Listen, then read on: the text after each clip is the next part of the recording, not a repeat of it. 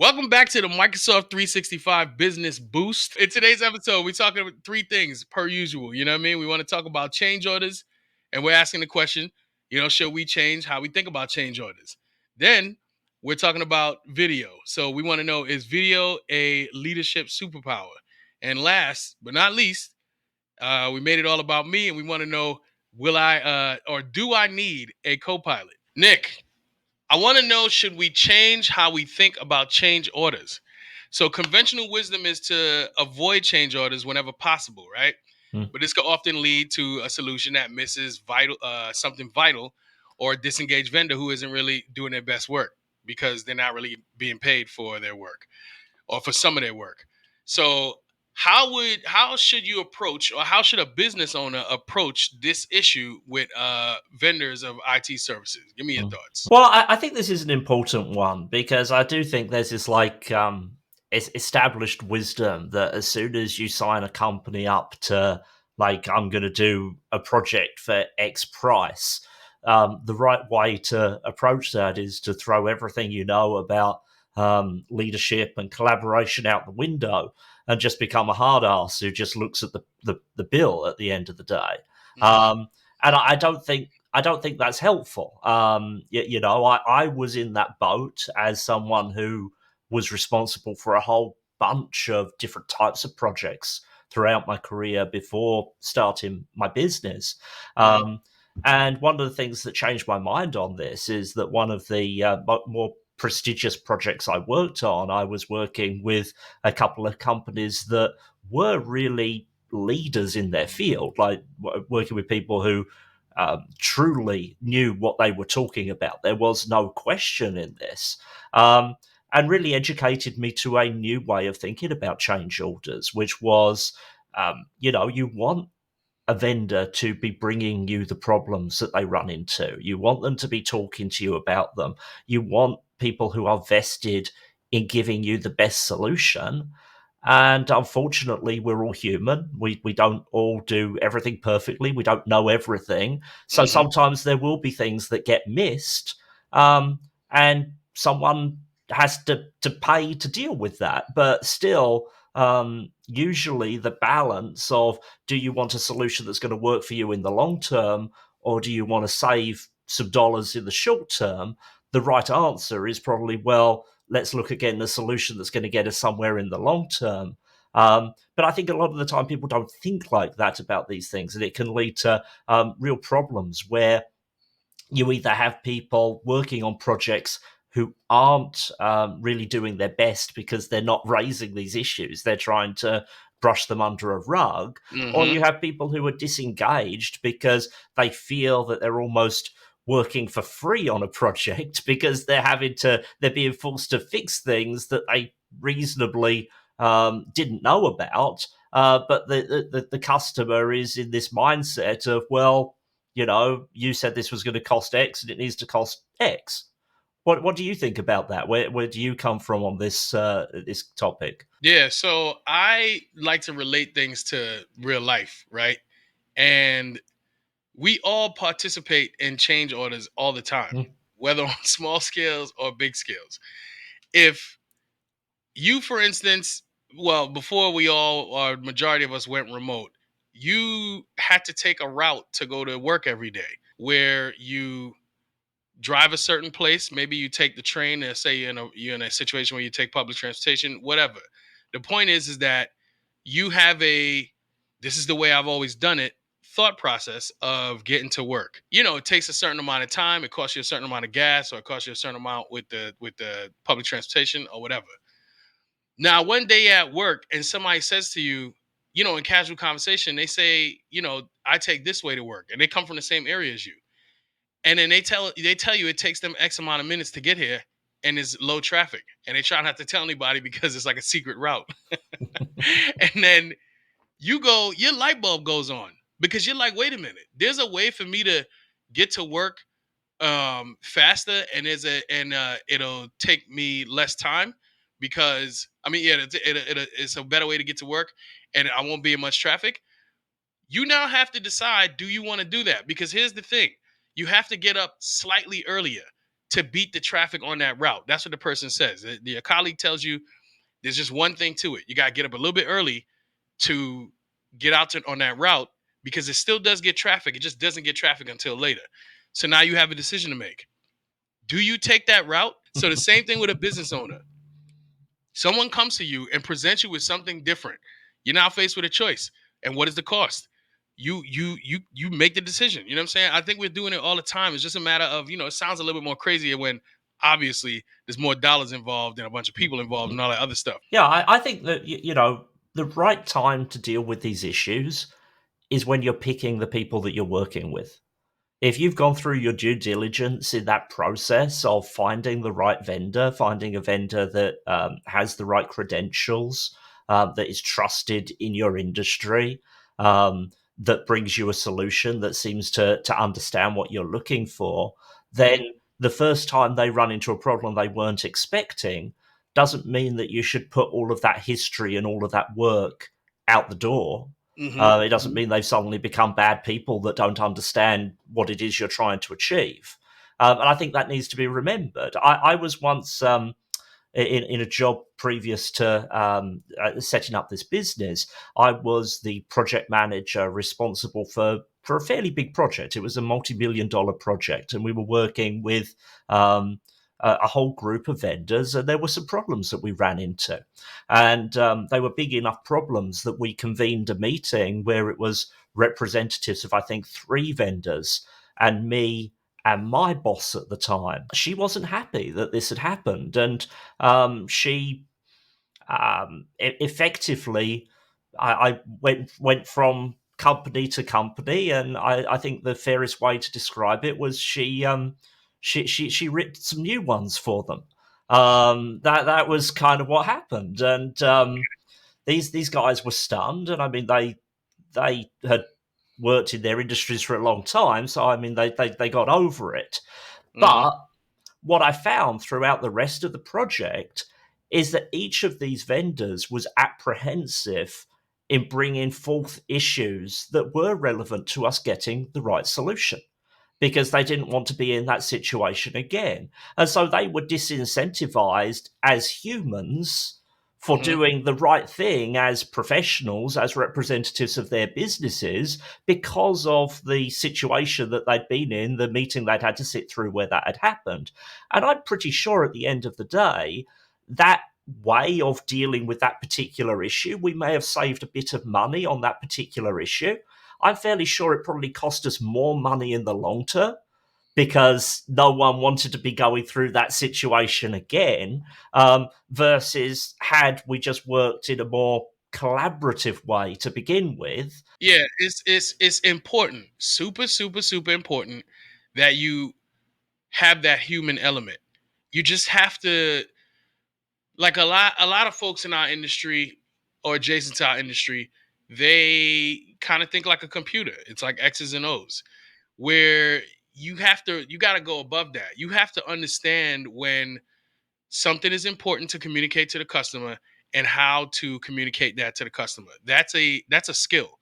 And a long time ago, I didn't even know that was a skill. You know what I mean? I just thought it was, what you did.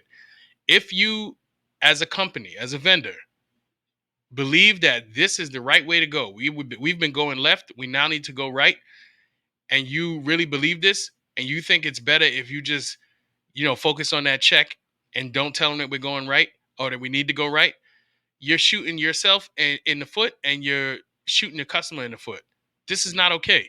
You have to say something, but you just have to know how to. So flipping that around, Thurman, just thinking about the example of your business, for example, if Mhm. you're engaging with a new client, what are a few things that that client can do up front to make this a process that when you do run into challenges, or you do run into something you don't know, or you do run into something they didn't tell you, how can they make that an easy experience for them and you from the start? So my first thing, obviously, is just keep it real. You know what I'm saying? And I think a lot of customers don't mind doing that.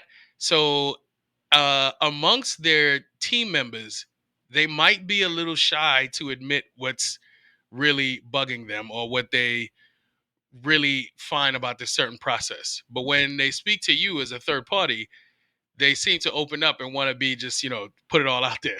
Now they will preface it with things like, I'm a little embarrassed to say, or, this is a little uncomfortable, or whatever. It doesn't matter. They're laying out to you what the problem is. Soak that all up. Make sure you understand that. Number two, which is, in my bag of approaches, is that I get to know the person, because that relationship that I build with them is kind of like a foundation, right? So of course I come in as a tech guy. I'm the tech guy, but the foundation I'm building with them is that they feel comfortable if and when later on they have to say X, Y, and Z. Like I make that extremely comfortable for people. You know what I mean? Because it's easy to do that then than later on down the line when they've been looking really good. The project is looking good. Everything is rocking and rolling. They might not want to shake the boat. I'm just like, right off top, I'm vulnerable, which causes other people to be vulnerable, which creates this air of like we can be honest with each other. Now, this is a cheap plug. I don't remember if I mentioned this on the show before. This book right here, what's that? Getting Naked by Pat Lencioni is one of my favorite books ever, because that what I just explained is one of the ways that I worked by default. But then I read that book, and this business owner pretty much confirmed what I was doing. I didn't know it was like a thing. If you are in the business of consulting and you have to talk to people about things that they're doing with their industry, and it could be IT, it could be whatever, you should read this book.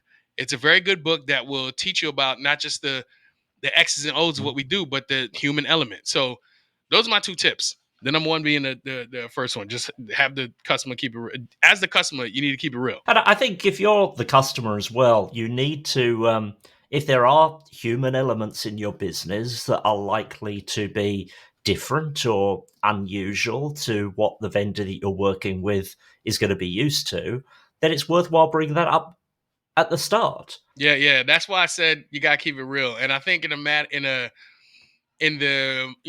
midst of conversation, something like that can come out, and usually does. But I'm a little naive in thinking that I'm really good at bringing people together, even if they hate each other. So, you know what I mean? That's, I guess, another superpower of mine. You know what I mean? Now, speaking of superpower, I want to talk about video for leadership. I think leadership. This is a personal opinion of mine. I really do think leadership needs to heavily embrace video. And Microsoft Stream is making some, they're making some cool enhancements that'll make video better for the creator. And in this case, the creator is leadership, and they're making it better for the consumer. And the consumer in this case would be like team members who work at the company.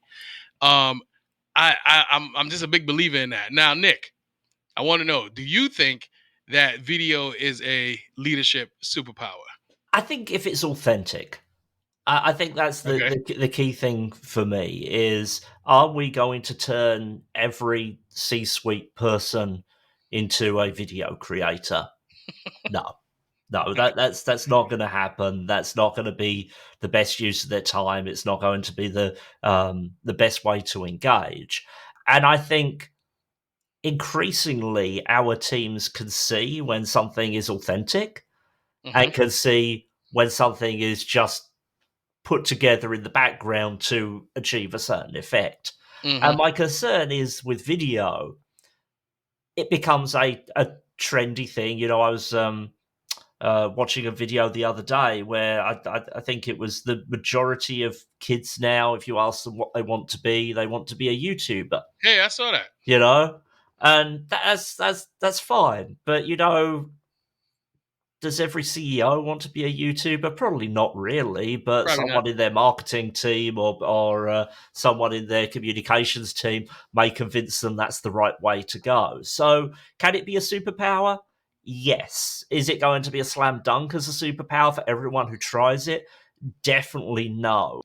So I agree. I agree mostly with that. The part that all right. So it's obvious that everybody doesn't need to be doing it. That falls in line with anything. You know what I'm saying? Everybody doesn't need to be doing X. So we know that. But here's the thing about your statement when you're like, does every C-suite officer need to be doing that. The thing about it is that these are people too. You know what I mean? And yeah, they're in the C-suite. That's what their title, or that's what their title says. The title puts them in the C-suite, but they're still people. You know what I mean? They're mothers and fathers with sisters and brothers and kids and aunts and uncles, and things that they do in their off time. All of that. They're full humans that should act more on those things if they know how to. So in your other life, no, you're leading a team. You're in the C-suite. You're leading a team, and this team is you're in facilities management, whatever. So you're in the C-suite. But in your other life, you think to yourself, man, I could have been. I see all these people out here on YouTube. I'd run circles around them. I think I'm pretty good on video. I've done some video work in the past. I'm pretty good at this. You don't have to stifle that. You know what I'm saying? You don't have to say the only place that I can do video is YouTube. If you know you're good on camera, you know you're engaging, and extremely important, you have the ear of the folks in your company, by all means, use that damn video. You know what I'm saying? Especially with how easy it is inside of the 365 suite with Microsoft Stream, where you can do something like a few clicks, you can, with your webcam, have your camera up and running and recording you in a few minutes. Finish it, publish it, send it out to the team. And is it raw? Yes. Can that be good and bad? Absolutely. But lean on the good parts. You know what I'm saying? Don't shoot video just to shoot video. Make sure that you have a message. Also, don't make it too long because your folks are working. You know what I'm saying? They're trying to work. So don't get too crazy with yourself. And also don't make it about you. It's not about you. It's about growing the company, engaging with your folks, because maybe you are remote Mm. and it's hard for something like like an all hands meeting. And then people come to the all hands meeting with their camera off and all this other stuff, where not an issue. But the more they see you on camera, the more comfortable they get. Hey, maybe I'll flip on the camera. You know what I'm saying? Mm. So all of these reasons stem from you actually can do this and you're good at it. If you are dry and boring, don't do this. You know what I mean? You're not going to get what you want out of it. And also remember that it doesn't have to be you. It could be someone on the team who you say, all right, listen, the team loves this person. They're very engaging. Hey, why don't you come do a quick 5-question interview every quarter with me? And then we sit down, we record it, and then we publish it. You know what I'm saying? You have a bunch of options. My point is, just get creative. You know what I'm saying? Yeah. That's my point.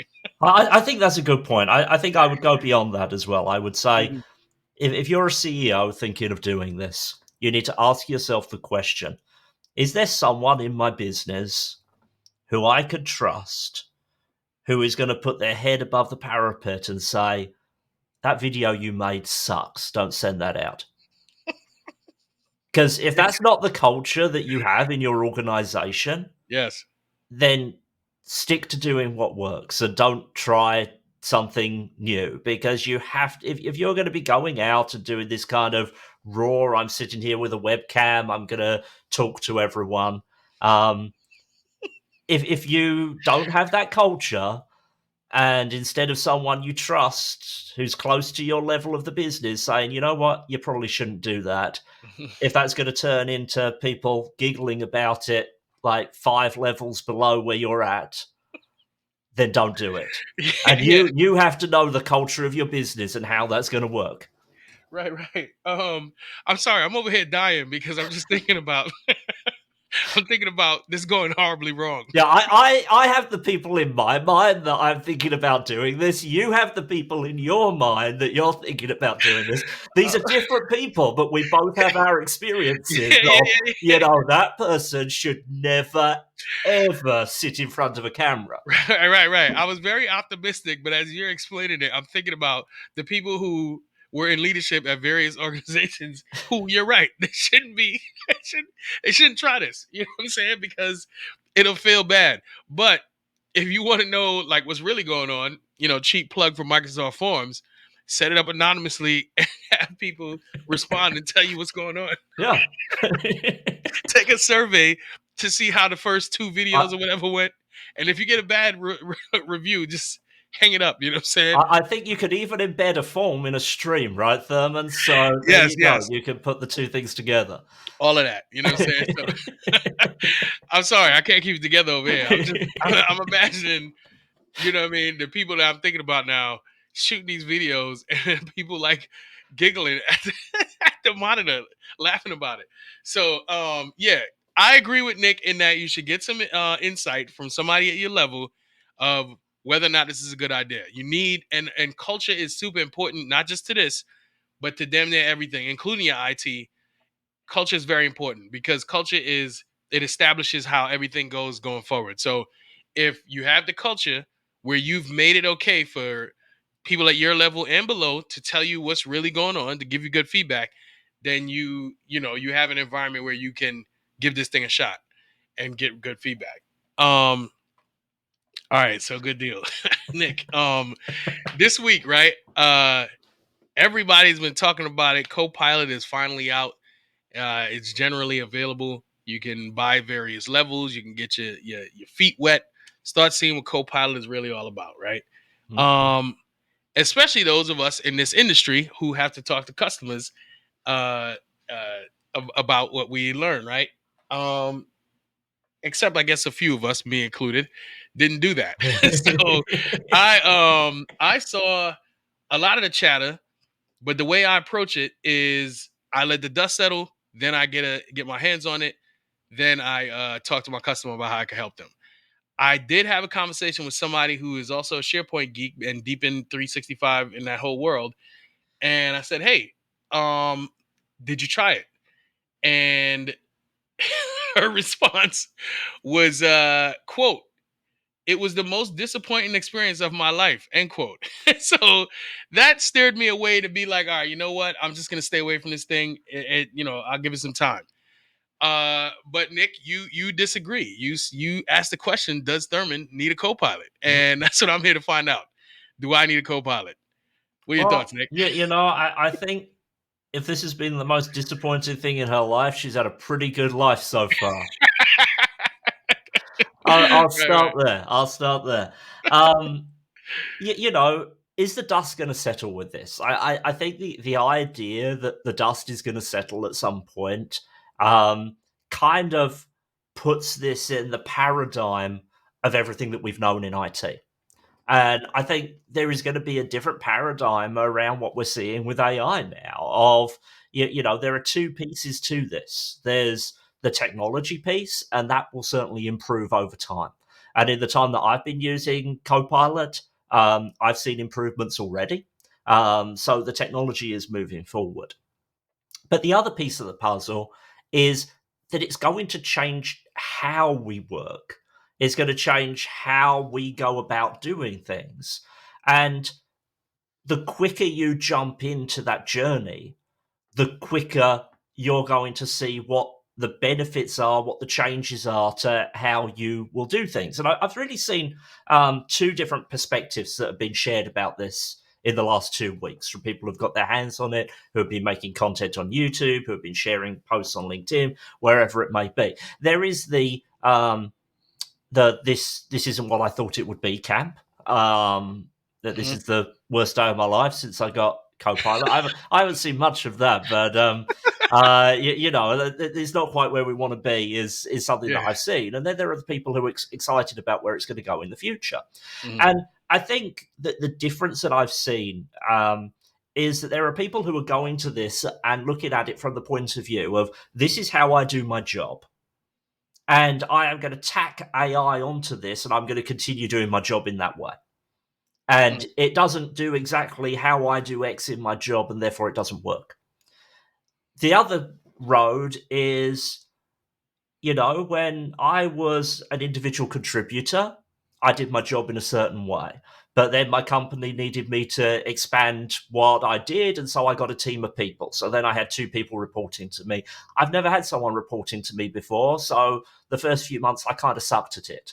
I didn't know how to delegate. I didn't know how to get feedback from the people who were working with me. But I had to focus on that because I was now a supervisor. So I had to think about, how do I delegate my work? How do I get more out of these people who are working with me? And over Hmm. time, I became better at that. And Hmm. I think Copilot or AI generally is more about that second journey of, this is a new type of tool. You have to work out how to get the most out of Copilot for what it is you're trying to do. Just trying to take your existing workflow and say, I'm not going to change anything about how I work. Oh, Copilot doesn't seem to do something 100% the way I do it, therefore it doesn't work for me. That's not where this is at. So you jump in today with both feet and say, hey, I'm going to start using Copilot. In 6 months, you're going to be 6 months further forward with being an expert on how to use Copilot than you would be if you waited that time. That's my opinion on this. You're right. I know that life. I know that it's important to get in there and get your feet wet. Something you said though that really did stick out is that under normal circumstances, the dust can settle.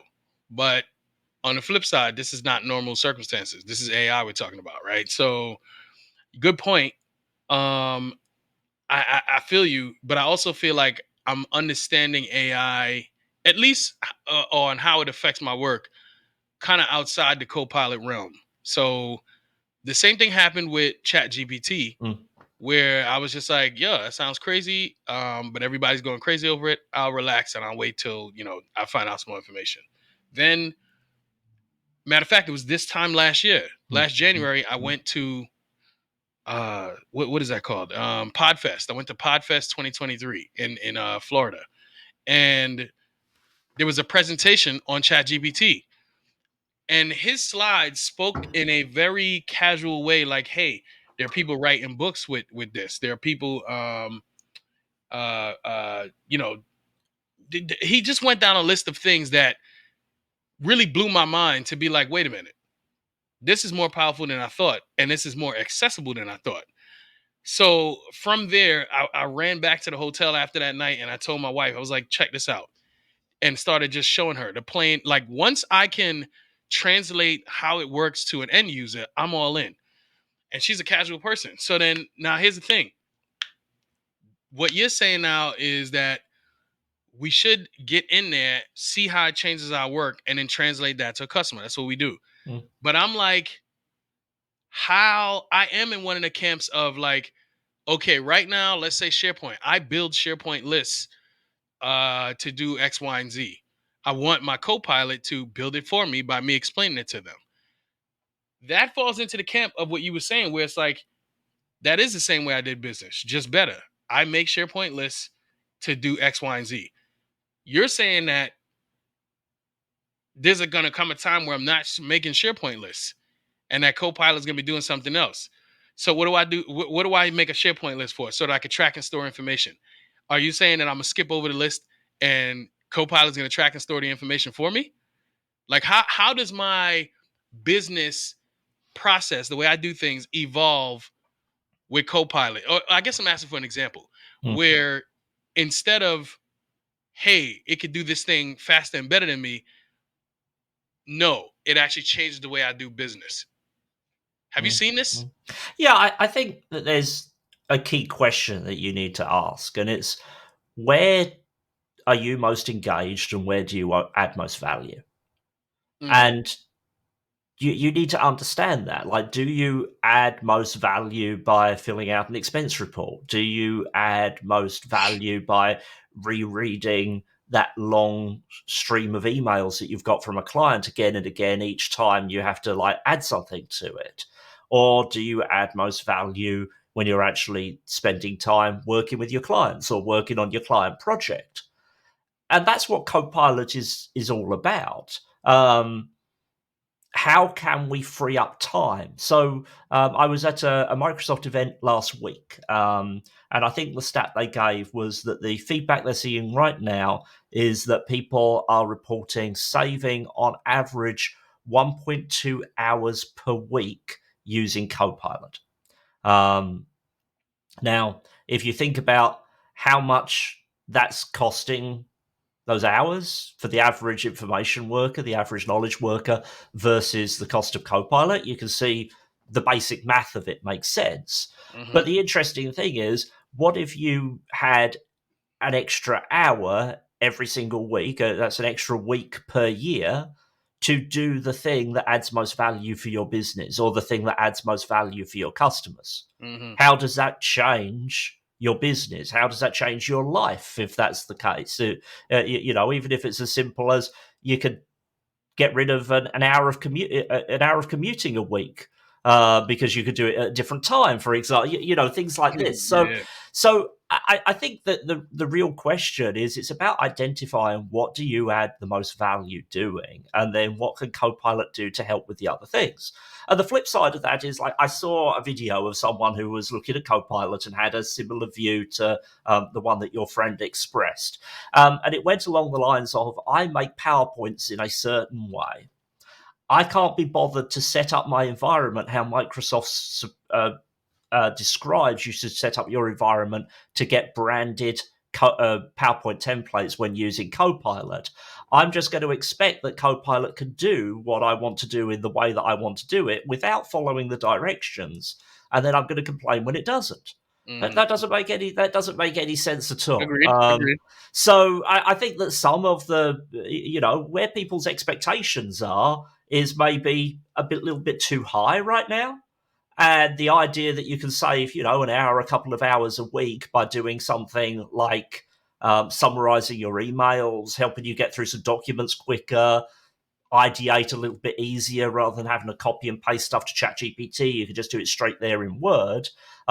If your expectations right now is this is going to save me an hour, this is going to save me 2 hours, rather than this is going to do my whole job for me, then maybe your experience with Copilot would be a little bit different than, I want this to take over my entire workday. I just want to sit down, back and put my feet up and have a martini while Copilot does it for me. Well, see, if you think about one of the enhancements that AI has brought is you can send your assistant to a meeting, Mm. right? If at 3 o'clock to 4 o'clock you were supposed to go to a meeting, you can't make it. You got to take your kid to something. You got to get there early. You send your assistant there. To me, once you are done with your kid and you come back the next morning and you say, give me a summary of how that meeting went, I think that's a big value add. You know what I'm saying? Mm. Because that to me is literally saving time. It's hard for me to see they did a survey and found out people are saving 1 to 2 hours a week. That's really difficult for me to like understand and process because I'm like, how do you know that? And who are these people? Are they playing games on their phone during the time? You know what I'm saying? Like how do they know they're saving an hour or two a week? So that's another thing. But I know that I just, let's say, doubled up on an hour where I had to be at this meeting. I didn't make it, but I took my kid to the dentist while my assistant went there, who's not a whole person. It's just a some code. It's just a machine. Mm. And then I come in the next morning and I say, hey, in a few minutes or in a few words, summarize this meeting for me. What's the deal? And it can do that. That type of stuff is game changing, especially when it works properly.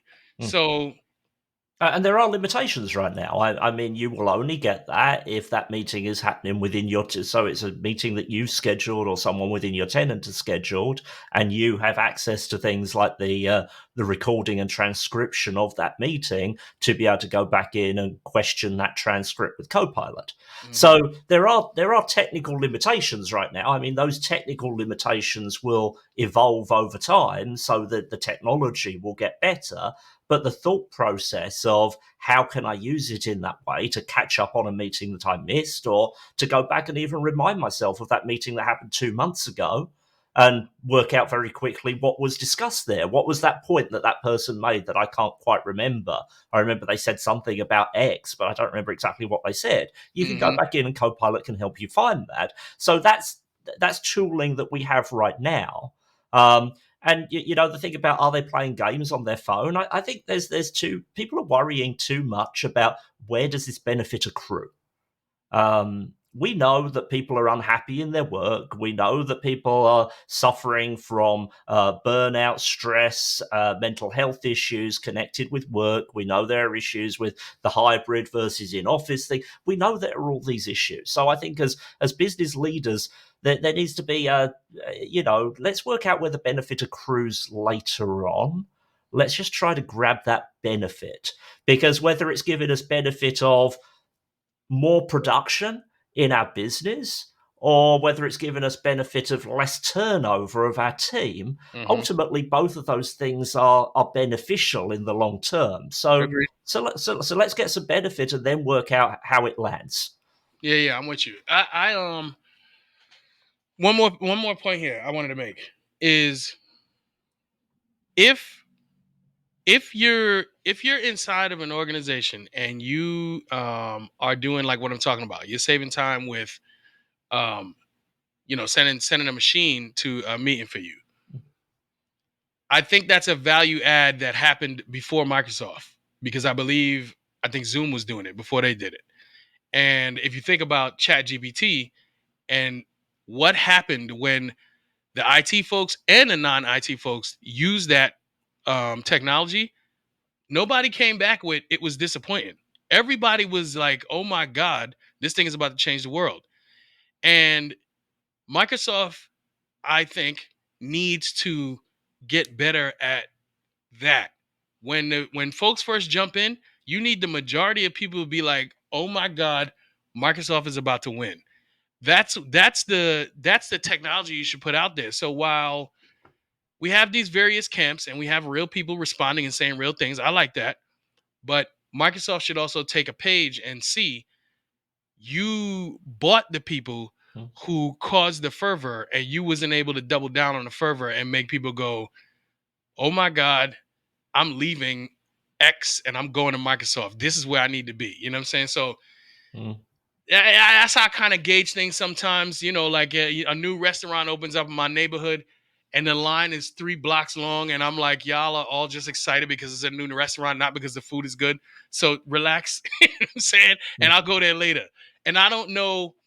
I'm speaking from a place of ignorance right now because I haven't touched Copilot myself inside of the environment. So as a person who's going to sit here on this show and speak, don't worry. By the next time we have another episode, I will have touched Copilot and used it, and I'll be So Thurman's going to get speaking a better. co-pilot. Thurman's going to get a There we, Copilot. there we go. So we answered the question. we got the Oh answer. man. I think the thing, Thurman, is Microsoft is not a further company. Mm-hmm. It never has. I mean, since the release of Windows 95, I think that was probably the last time that Microsoft was a further company. And that, Was that when they did when they were on stage and all the guys were like cheering? Did you ever see that video? oh, that video of them all dancing around, yeah. Okay, okay. All right. Um, So yeah, but agreed. They're not a fervor company. You're right. You're right. but I don't like the fanfare. all that they have to do is not screw this up. Like, ultimately, the Fortune 500 use Microsoft 365. Mm-hmm. Businesses all over the world use Microsoft 365. Mm-hmm. Like, the demand that I need Word, I need Excel, I need Outlook is not going to go anywhere. So long as they don't screw this up and this is helpful and it doesn't leak anyone's data out into the world and so Most on and so important. forth, Very, very important. people are going to keep using it. And these fly by night services that have something join a meeting and then record it and transcribe it and so on and so forth are great and work. But ultimately, IT leaders, if Microsoft has got a solution that does 90% of that, they're going to go with the Microsoft solution because they already know that it's safe, they already know it's secure, they already know how to set it up and how to manage it. And so Microsoft doesn't need to be a further company. You're right. Microsoft just needs to provide a solution that is good enough, that fits within everything else they do, that is easy to get onto people's computers. I think that's the requirement for them. So You're right. They're actually, playing a different game. You're right. the amount of like excitement that they're creating around this, I think it's great. And I don't think it's even entirely necessary. I think if they just slowly added this stuff into Office and had an add-on here and an add-on there, they would probably get to the same place in the end. Yeah. Yeah, that's a strong point because I know I've said that to other people before too. Like the reason I even play in the Microsoft arena is because they have the market share. You're not gonna beat them. You know what I'm saying? Like that's where you're good luck. You know what I'm saying? You can make a tool that's 2 million times better than name a tool inside of this 365 suite. Cool. You're gonna do some great things and you're gonna go places, but you're not gonna beat Microsoft. That's the difference. So good point, strong point.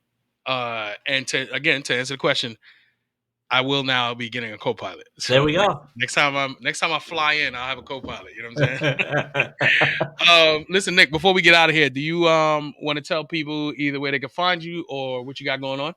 Yeah, come connect with me on LinkedIn. Content out there a lot of the time.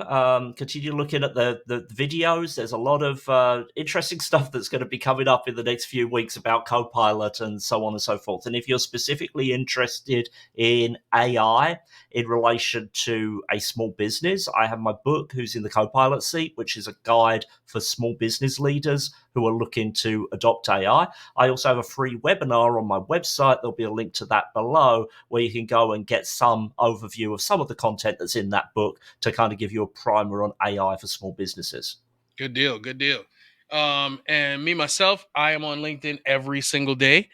Any and everything that's going on in my business, the SharePoint Help Desk, you can find out about it on LinkedIn. So, and I'm on there daily. So, if you shoot me a message within 24 hours, I will get back to you. And I do workshops.